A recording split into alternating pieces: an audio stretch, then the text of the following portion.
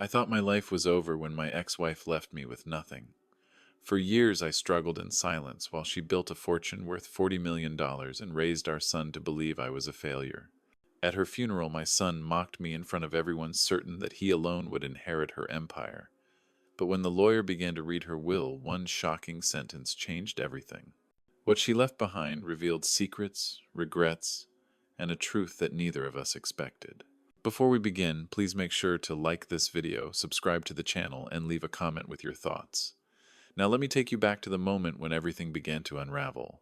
Leonard Hayes had learned to live quietly, almost invisibly, in the small seaside town where the waves broke against the shore with steady rhythm. He had once been a shipyard worker, strong and dependable, but those years were behind him. Now his days were filled with small routines, the kind that seemed to blur together until weeks slipped away unnoticed. He fixed his leaky roof. When it rained, he brewed coffee in the morning as the kettle hissed, and he watched the gulls fight over scraps in the gray sky. Life had become a series of small battles against the passage of time, and Leonard fought them with tired persistence. His house stood at the edge of a narrow street where most of the neighbors kept their gardens neat and their windows polished. Leonard's home was different. The paint peeled in places, the shutters clung stubbornly against the salty air, and a crack in the path leading to the front door spread wider with each season. Mrs. Kettle, his neighbor, never failed to point out these flaws whenever she caught him outside. She was sharp-eyed and sharp-tongued, forever complaining about the water from his roof spilling into her flower beds. "Your gutters are a menace, Leonard," she snapped one morning, hands on her hips, as she stared at the damp soil on her side of the fence. "If you cared half as much about this place as you do about sitting in that rocking chair, maybe the neighborhood would not look so shabby." Leonard simply nodded, offering his quiet apology, though her words struck deeper than he admitted. He did not have the money to repair the house properly, nor the energy to argue with her. Life had reduced him to silence, to small concessions, and he accepted them without resistance. Yet beneath the calm surface, Leonard carried a weight heavier than the broken beams of his roof. Years ago, his life had been different. There had been passion, laughter, and dreams of a future that never came to pass. His ex-wife, Evelyn Cross, had been the storm that swept into his world and left it forever changed.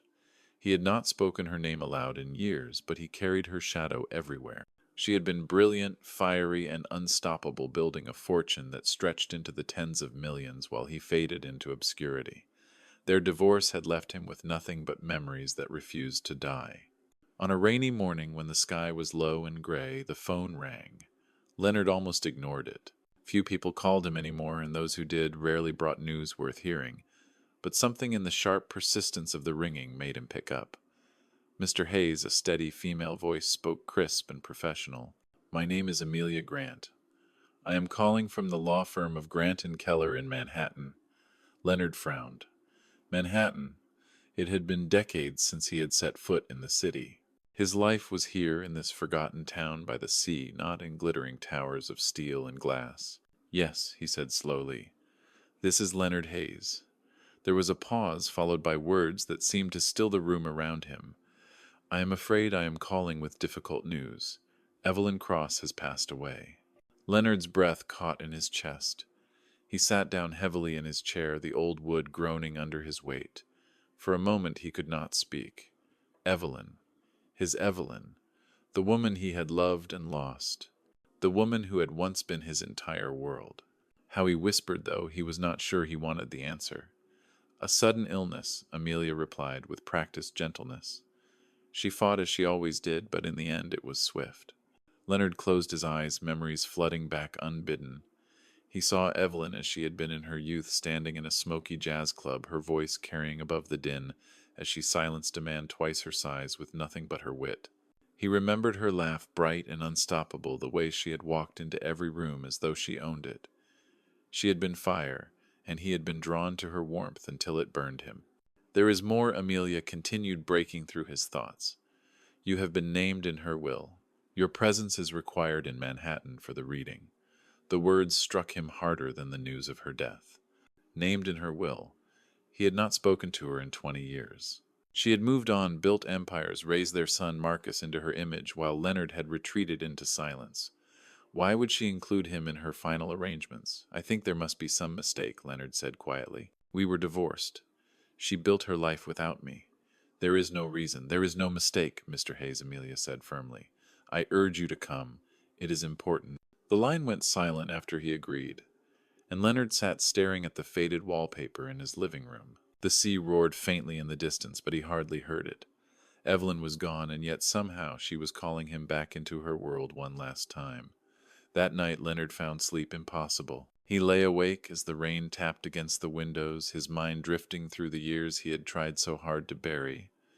He remembered their first meeting, their whirlwind romance, their son as a boy with eager eyes. He remembered the dinners where Evelyn's ambition filled the room and he felt like a ghost at his own table. He remembered the fights, the silences, the slow unraveling of something that had once felt eternal. By dawn he knew he could not ignore the call. Something in Evelyn's decision to name him in her will demanded answers. He packed a worn suitcase, slipped into his old coat, and stood at the door of his crumbling house. Mrs. Kettle saw him from across the street and shouted something about his leaking roof, but he barely heard her. For the first time in years, Leonard felt the pull of a larger world, a world he thought he had left behind forever. The bus ride to Manhattan was long and uneasy. Leonard watched the coastline fade, replaced by highways and endless rows of steel. Each mile brought him closer to Evelyn's world, a world of power and wealth where he no longer belonged. He wondered what awaited him there. By the time the city skyline rose before him, glittering under the gray sky, Leonard's heart pounded with unease. He did not know why Evelyn had called him back, nor what secrets lay hidden in the pages of her will. All he knew was that his quiet life by the sea had been broken, and there would be no returning to it unchanged.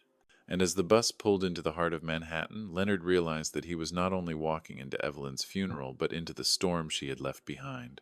Leonard stepped off the bus into the heart of Manhattan, the city, humming with a restless energy that felt foreign to him after so many years away. The air was thick with car exhaust and the scent of roasted chestnuts from a vendor on the corner. The skyline loomed above him, all steel and glass, stretching into the clouds, so different from the weathered rooftops of his seaside town. As he gripped the handle of his worn suitcase, he felt as if he had stepped into another world entirely, one that had once been familiar but now seemed unrecognizable. The streets echoed with Evelyn's presence. Her empire had been built here block by block until her name was known in boardrooms and whispered at dinner tables where fortunes were decided. Leonard could almost hear her voice carried on the wind, commanding, sharp, unstoppable. For a moment, he felt small again, the same way he had felt when they were married, and he had stood in her shadow. As he made his way to the modest hotel where he would stay the night, memories returned to him with startling clarity. He remembered the night he first met Evelyn. It was in a smoky jazz club in New Orleans, years before she ever dreamed of building a fortune. She was standing at the bar, her dark eyes flashing as she cut down a man twice her size with a quick retort. The room had fallen silent at her words, and then laughter had followed, not at her expense, but in her favor. Leonard had been drawn to her then, to that fire that refused to be dimmed. Their romance had been a storm, wild and fast. Within a year they were married, and soon after their son Marcus was born. Leonard had held the boy in his arms, believing for a brief moment that life had given him everything he could ever want. But Evelyn's fire was not something that could be contained within the walls of a home. She had ambition that stretched beyond ordinary dreams. She built connections, made deals, and slowly carved her place in a world that demanded strength above all else. At first, Leonard tried to stand beside her. He went to the dinner parties where senators and business magnates gathered, their conversations swirling with numbers and influence. He sat quietly at her side, listening as Evelyn charmed them all while he nursed his glass and wished himself somewhere else. The more Evelyn rose, the more Leonard sank into the background, until he became little more than a spectator in her life. Marcus grew up in that world. He idolized his mother's strength, her sharpness, her ability to bend others to her will. To him, Leonard was a relic of another life, a man too simple, too ordinary to matter. As Marcus grew older, he no longer hid his disdain. He mocked Leonard's steady job at the shipyard, his quiet ways, his refusal to chase wealth as Evelyn did. Leonard had hoped that fatherhood would bind them, but instead it seemed to push them further apart. The cracks in the marriage widened with every passing year. Evelyn would come home late, her mind still spinning with deals and strategies, while Leonard sat at the kitchen table staring at bills he could barely pay. Their arguments became routine, their silences even worse. Eventually, the love that had once burned so brightly between them was consumed by Evelyn's ambition and Leonard's quiet resignation.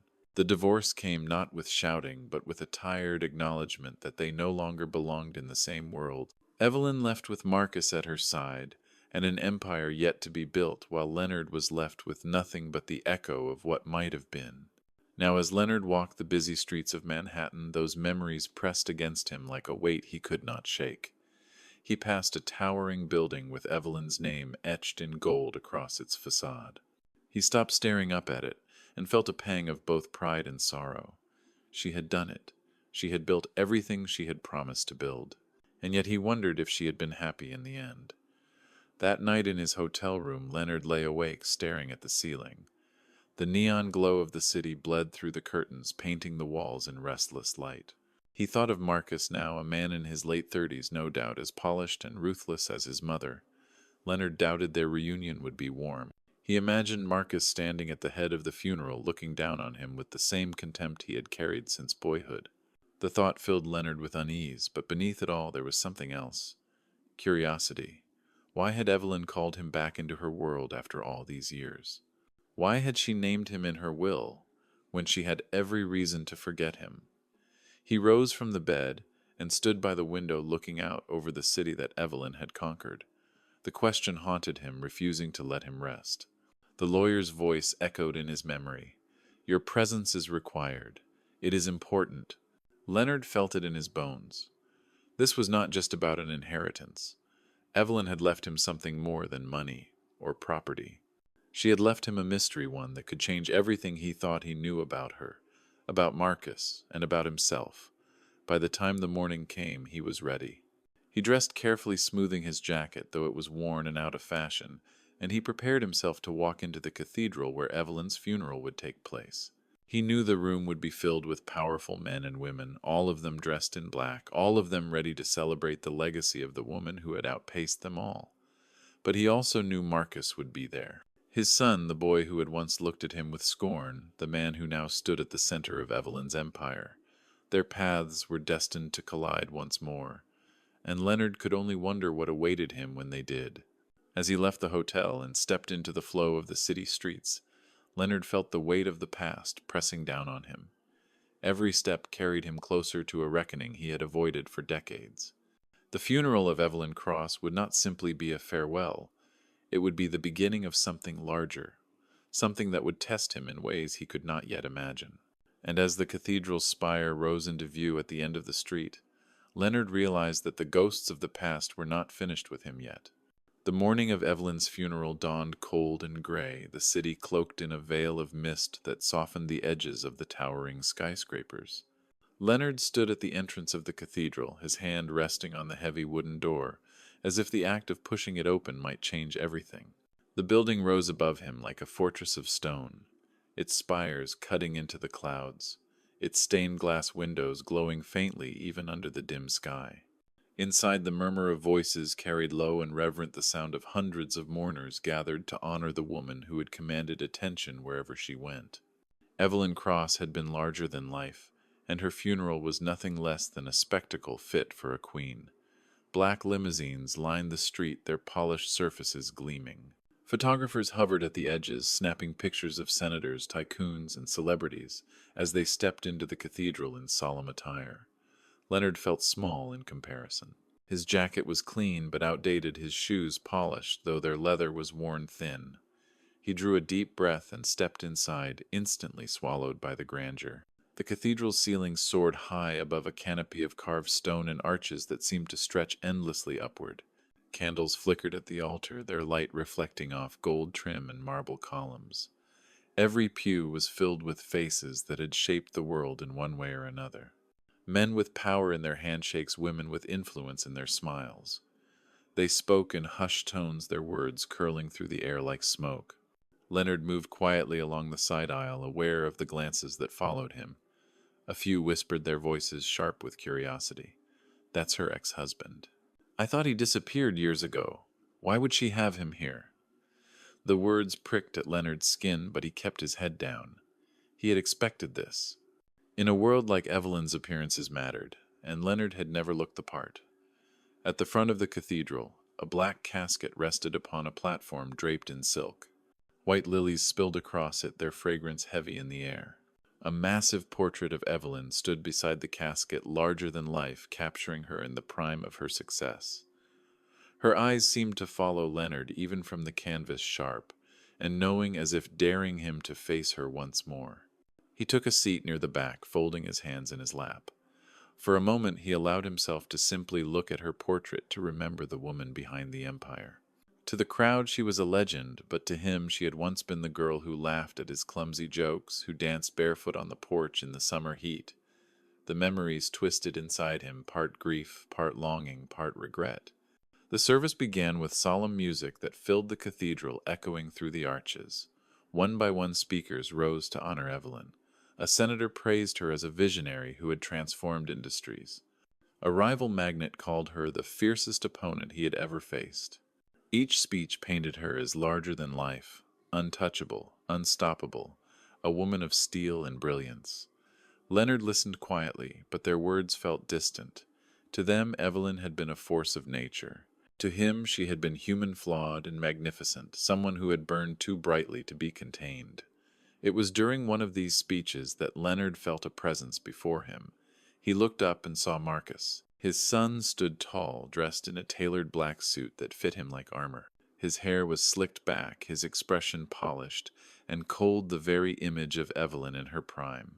He carried himself with the confidence of a man who had never known defeat, who believed the world owed him its attention. When Marcus's eyes found Leonard, they hardened. He stepped closer, his voice low but sharp enough to cut through the hushed reverence of the room. "You should not have come," Marcus said, his jaw tight. "This is not your place." Heads turned. The congregation shifted, sensing tension. Leonard swallowed his voice, quiet but steady. "I came to honor her," he said. "That is all." Marcus's lips curled into a smirk, though his eyes flashed with disdain. "Honor her. You held her back. You were a weight she had to cut loose. Everyone here knows it. You are nothing, and she left you behind for a reason." A ripple of whispers spread through the pews. Leonard felt every eye upon him, felt the weight of judgment in the air. For a moment he wanted to shrink, to retreat into silence as he always had. But then he looked at Evelyn's portrait at the fire in her painted eyes, and something steadied him. "I loved her," Leonard said softly, but his words carried, "even when she chose a different path. And I will remember her for the woman she was, not just the empire she built." The cathedral seemed to still. Marcus sneered, his voice rising. "Pathetic. Do you think anyone here cares about your memories? She built a fortune, a legacy, and it belongs to me now."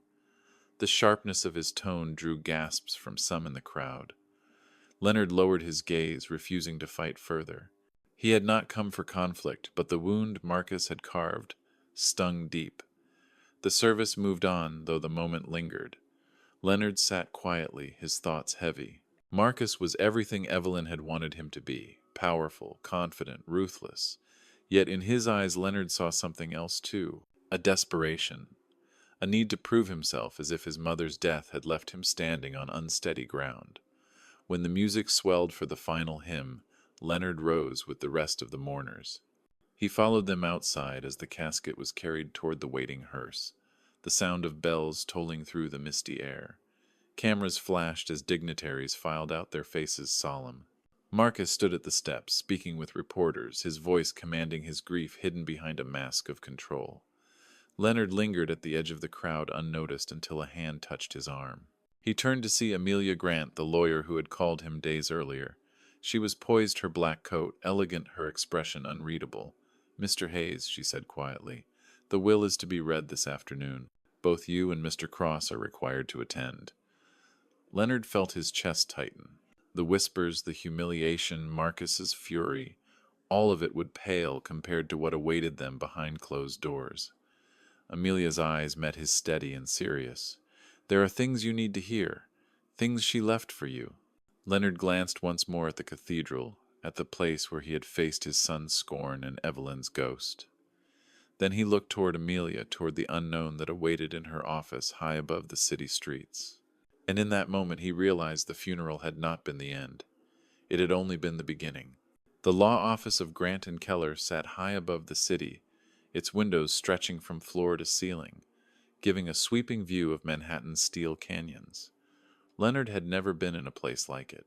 The marble floors gleamed, the furniture was sharp and modern, and the silence inside carried the weight of power. He felt out of place the moment he stepped through the doors, clutching his worn coat, his shoes squeaking softly against the polished floor. Amelia Grant led him through the corridor with quiet confidence, her heels clicking in measured rhythm. She stopped before a heavy oak door and pushed it open, revealing a conference room large enough to hold a board meeting. At its center stood a long table of dark wood flanked by leather chairs. Papers were stacked neatly at one end beside a silver pitcher of water and crystal glasses. Marcus was already there. He sat near the head of the table, his arms crossed, his expression sharp as a blade. His suit was immaculate, his tie perfectly knotted, his posture commanding. When his eyes landed on Leonard, his lips curled into the faintest sneer. "So the ghost decided to show up," Marcus muttered. Leonard said nothing. He lowered himself into a chair near the opposite end of the table, his hands resting on the worn fabric of his coat. He could feel Marcus's disdain pressing against him, but he refused to rise to it. Amelia closed the door behind her, moving to the head of the table with calm authority. She unfolded a folder, her eyes scanning the documents before her. For a moment, the only sound in the room was the hum of the city outside, muted through the glass. "Thank you both for coming," she began, her voice steady. "As you know, Evelyn Cross left behind a substantial estate as well as very specific instructions regarding its distribution. My role is to ensure her wishes are carried out as she intended." Marcus leaned back in his chair, his smirk returning. "We all know how this goes. My mother built her empire with me at her side.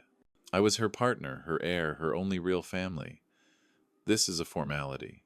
Amelia's gaze shifted briefly to Leonard before returning to her papers. Formality or not, it must be read in full. She cleared her throat, her voice crisp as she began. "To my son Marcus Cross, I leave the penthouse apartment on Fifth Avenue and a trust fund in the amount of $5 million to be made available immediately." Marcus nodded, unsurprised. He glanced around the room as if expecting applause. "As it should be." Amelia continued, her tone unchanged. "To Leonard Hayes, my former husband, I leave the controlling shares of Cross Industries along with all associated voting rights, assets, and properties connected to the company. Additionally, I designate him as primary executor of my estate." The words seemed to hang in the air, heavy and impossible. Leonard blinked, certain he had misheard. He sat frozen in the room, tilting slightly, as if the ground had shifted beneath him. Marcus shot forward in his seat, his face contorting with rage. What did you just say, Amelia?" repeated the clause calmly, her eyes never leaving the page. "The controlling shares the bulk of her fortune, and the role of executor all passed to Leonard Hayes." Leonard found his voice, though it came out as a whisper. "This cannot be right. We were divorced for decades. I have no part in her empire. Why would she?" She was out of her mind. Marcus cut in, his voice rising. "This is fraud. He manipulated her, got into her head somehow. My mother would never hand everything to him. I was the one at her side. I was the one who built this empire with her. This is absurd." Amelia's tone sharpened, though it remained calm. "Evelyn underwent multiple legal and psychological evaluations prior to finalizing her will. She was of sound mind and full capacity. The decision was entirely hers." Marcus slammed his hand against the table, the sound echoing through the room. "No, no, I will not accept this. She raised me to take over, she trained me for it, and now you expect me to believe she handed everything to a washed-up has-been who abandoned her." His eyes burned into Leonard. "What did you do? What did you promise her?" Leonard's chest tightened. He shook his head, his voice breaking. "I did nothing. I have not spoken to her in years. I do not understand this any more than you do." For the first time, Marcus's composure cracked, his voice edged with desperation. "She was everything to me. Everything. And now you sit there pretending you never wanted any of it while she takes it all from me and hands it to you." Amelia lifted a hand, silencing him. "There is more." Marcus froze, his breath sharp. Leonard looked up, startled. Amelia reached into the folder and drew out a sealed envelope, its edges worn Evelyn's name, written in elegant script across the front. She set it gently on the table, her eyes steady. "Evelyn left behind a letter addressed to both of you," she said. It was her wish that you read it together before any further discussion. The room fell silent. The envelope seemed to radiate a presence of its own, as if Evelyn herself sat between them waiting to speak. Marcus stared at it with narrowed eyes, suspicion and fury written across his face. Leonard felt his heart pound, the weight of years pressing down on him. What could she possibly have written that would explain this? What truth lay within those folded pages that could overturn everything they thought they knew about her, about themselves? Amelia slid the envelope closer to them. "Shall we begin?" The envelope sat on the polished table like a relic, silent yet powerful its edges, yellowed as if Evelyn had touched it more than once before leaving it behind. Neither Leonard nor Marcus moved. The air in the conference room thickened heavy with the weight of unspoken words. Amelia slid the envelope closer, her calm eyes fixed on the two men. "She wanted this to be read in your presence. Both of you." Leonard stared at the elegant handwriting on the front. He recognized it instantly. Evelyn had always written with a sharp, deliberate hand, as though even her words had to stand tall and unshakable. His fingers itched to open it, yet he hesitated. The woman who had once been his wife was gone, but here in this letter she lived still. Marcus, however, was less sentimental. He snatched the envelope from the table with a sudden, almost violent motion. "Fine," he snapped. "Let us hear what she has to say. Let us hear why she betrayed her own son." He tore the flap open and pulled out the folded pages inside. His hands trembled, though he tried to hide it. For a long moment he simply stared at the writing. Then with a sharp breath he thrust the letter toward Amelia. "Read it. I will not waste my time listening to her excuses in his presence." Amelia accepted the pages and began, her voice steady but carrying a quiet gravity. "To my son Marcus, and to Leonard, the man I once loved. If you are hearing these words, it means I am gone. And if you are together, it means I have done something that neither of you expected." Leonard closed his eyes. Evelyn's voice filled his mind, as vivid as if she stood in the room. "Strong, direct, unapologetic," Amelia continued. "Marcus, my son, I gave you everything I knew how to give. I raised you to be strong, to be unyielding, to never bow to anyone. And in doing so, I gave you my greatest strength and my greatest flaw. You became a reflection of me, and for that I am proud. But you also became blinded by it. You believe the world belongs to you because of who you are, not because of what you give. That is not leadership. That is hunger." Marcus's jaw tightened, his knuckles white against the table. He looked away, his chest rising and falling in uneven rhythm. Amelia's voice softened slightly. "Leonard, you were the one who saw me before the world did. You loved me when I had nothing. You stood by me when I dreamed of everything. I hurt you. I know that. I left you behind because I thought ambition was worth more than love. But I never stopped carrying you with me, no matter how far I climbed. You were my anchor, even when I cut the line." Leonard felt his throat tighten. He gripped the edge of the table, fighting the wave of emotion that threatened to overwhelm him. The letter went on. "I chose to leave the company in your hands, Leonard, not because you sought it, but because you never did. Power means nothing to those who crave it most. I know you will protect what I built, not to glorify yourself, but because you know the cost of losing everything else. Marcus is not ready. He may be one day, but not yet. And if he is to inherit more, he must learn what it means to build rather than to take." Marcus erupted, his voice echoing off the walls. "Lies. All of it. She was manipulated. She was not herself. You planted this, you. Sit down," Amelia said firmly, her eyes flashing for the first time. Marcus froze, silenced not by her authority, but by the weight of his mother's words still hanging in the air. Amelia looked back at the letter and read the closing lines. "Marcus, you are my son. I love you, though I know my love was often hidden beneath the armor of my ambition. If you wish to prove yourself, do it without my shadow. Build something of your own, not because it is handed to you, but because you earned it. Leonard, I trust you to guide what I leave behind until that day comes. This is my last act, my final truth. Forgive me, both of you, for the years we lost." Silence followed. Heavy, suffocating silence. The city hummed faintly beyond the windows, but in the room time seemed to stop. Leonard sat motionless, Evelyn's words echoing in his chest. She had confessed regret, admitted love, and left him with a responsibility he had never asked for. His hands shook as he pressed them against his knees. Marcus, on the other hand, looked shattered. His mask of control had slipped, leaving behind raw fury and disbelief. He leaned forward, his voice low and venomous. "Do you see what she did? She stripped me of everything. She gave it all to you, a man who abandoned us. She betrayed me." Leonard found his voice quiet but steady. "She did not betray you. She wanted you to grow, to stand on your own." Marcus laughed bitterly, though his eyes glistened. "Grow? She humiliated me. She destroyed me with that letter. And you sit there pretending it was wisdom." He slammed his fist on the table, the sound like thunder. "I will not accept this. I will contest it. I will drag this through every court until I tear that company from your hands. And when I do, you will be nothing again, just like before." Amelia gathered the papers slowly, her composure returning. "The will is airtight. You may try Mr. Cross, but your mother prepared for this. She wanted her choice to be final." Marcus's eyes blazed with hatred as he turned to Leonard. "This is not over. You will not take what is mine. I will fight you until you have nothing left."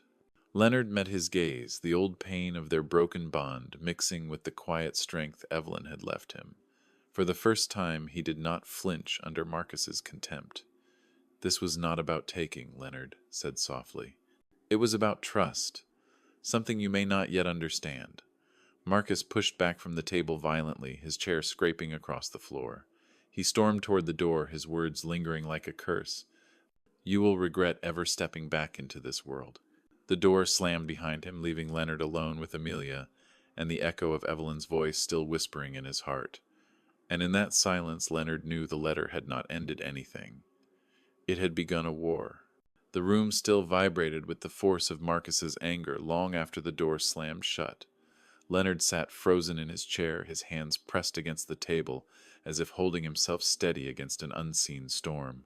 Amelia quietly gathered the letter and placed it back in the folder, her expression unreadable. Outside the tall windows, the city stretched endlessly indifferent to the turmoil inside the room.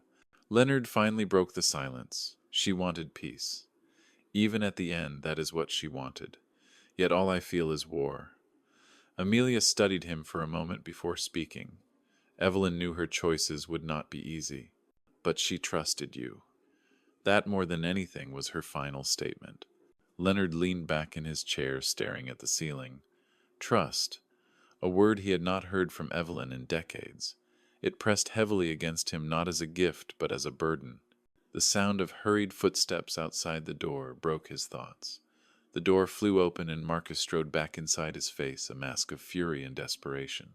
Two men followed him, lawyers, their briefcases snapping shut, their suits as sharp as knives. "You think this is finished?" Marcus spat, his voice trembling with rage. "It has only just begun. My mother was manipulated, confused, or worse. I will prove it. And when I do, everything she tried to give you will return to its rightful heir." Leonard rose slowly to his feet. For the first time in years, he stood tall, refusing to shrink beneath his son's shadow. His voice was calm, but it carried an edge. "Rightful heir, do you not hear yourself, Marcus? Your mother gave you love, gave you a chance, gave you a fortune, even now.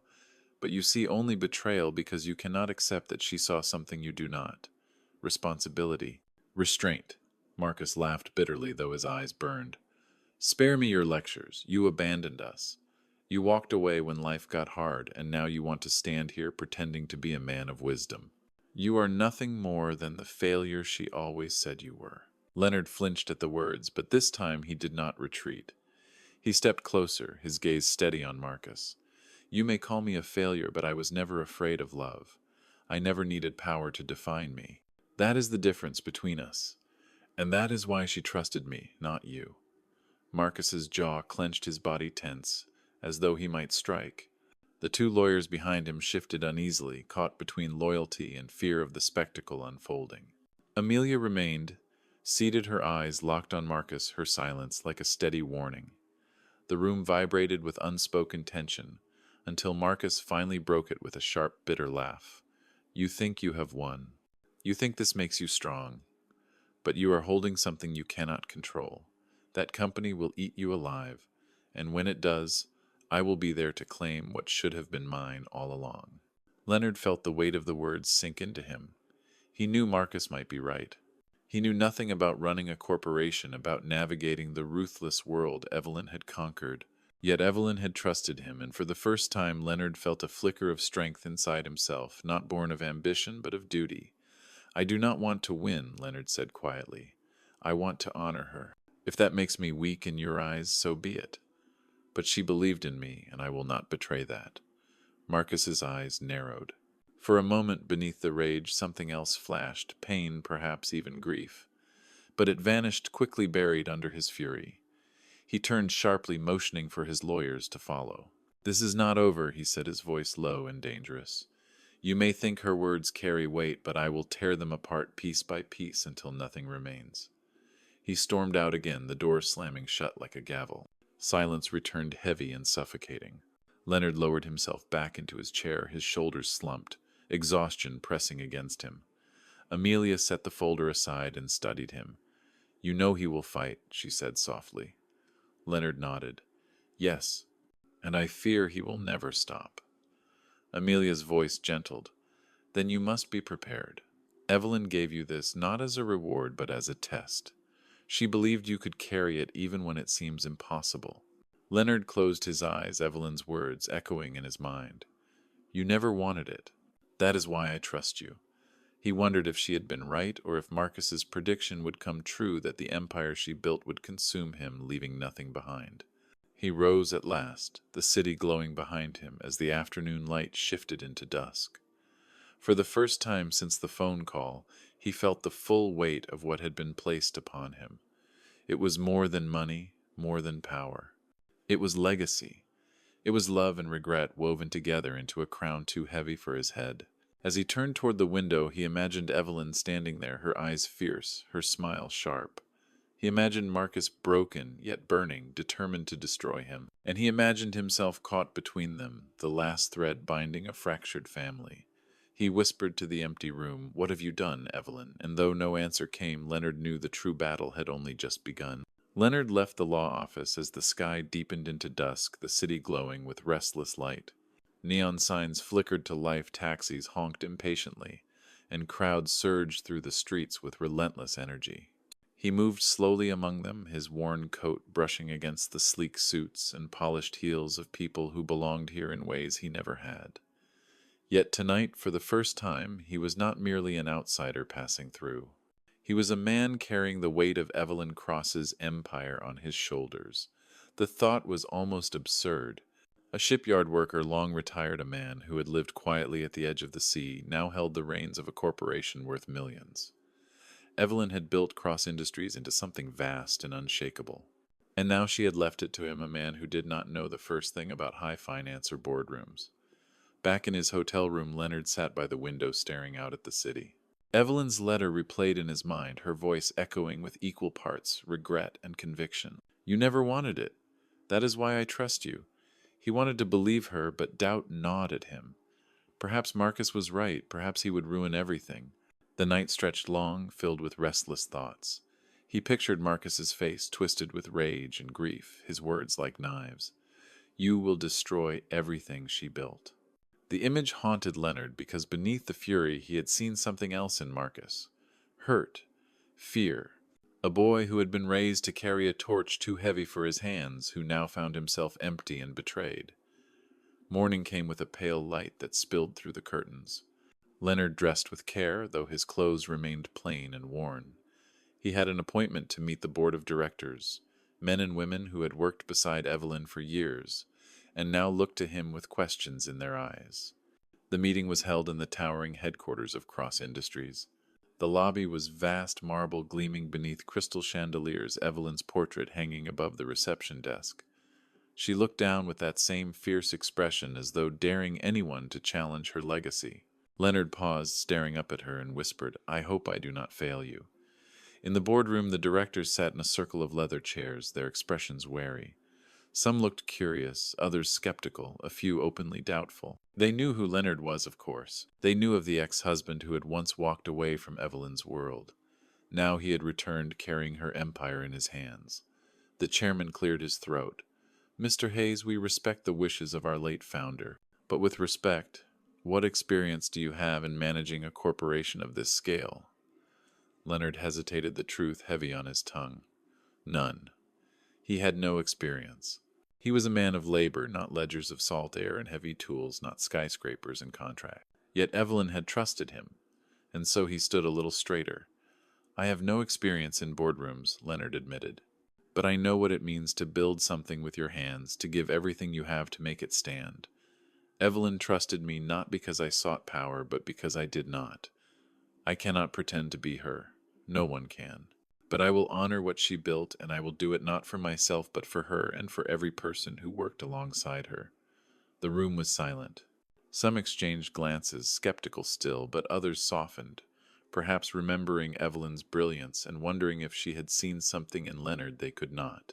The meeting ended without decision, the board reserving judgment, the future uncertain. Leonard stepped back into the city streets, the skyscrapers towering above him like watchful giants. He felt the burden pressing heavier now, but also a strange resolve. Evelyn had trusted him. That alone would have to be enough. Days turned into weeks. Leonard found himself drawn into Evelyn's world piece by piece.